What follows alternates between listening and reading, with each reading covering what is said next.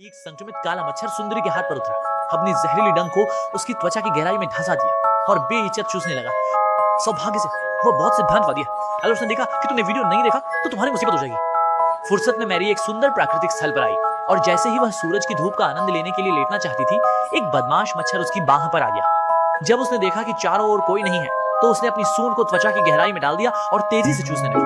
पेट लगभग फटने ही वाला था, तभी वह मुड़कर चली गई। जानने का पानी टपटप कर रहा है। यहाँ सच में एक जंगल ऑक्सीजन बार है। जैरी मुझे पीठ तक ठंड का एहसास कराया। उसकी माँ ने अपने बच्चे को विजयी होकर लौटते हुए देखा और तुरंत उसे अपने पास बुलाया। माँ के इशारे को समझते हुए जहरीले मच्छर ने अपने पेट का ताजा खून उसे दिया। तुरंत लाखों की संख्या में रक्त कोशिकाएं विभाजित होने लगी और त्वचा की सतह से काले छोटे टैडपोल और रक्त कोशिकाओं को निकालते हुए स्प्रे किया, जो फिर से मिलकर निरंतर विभाजन और विकास करने लगे। आपसे पहले एक काला दिन सबके सामने दिखाई देता है। घनी धमनियों के जाल को देखकर किसी की भी रूह कांप उठे।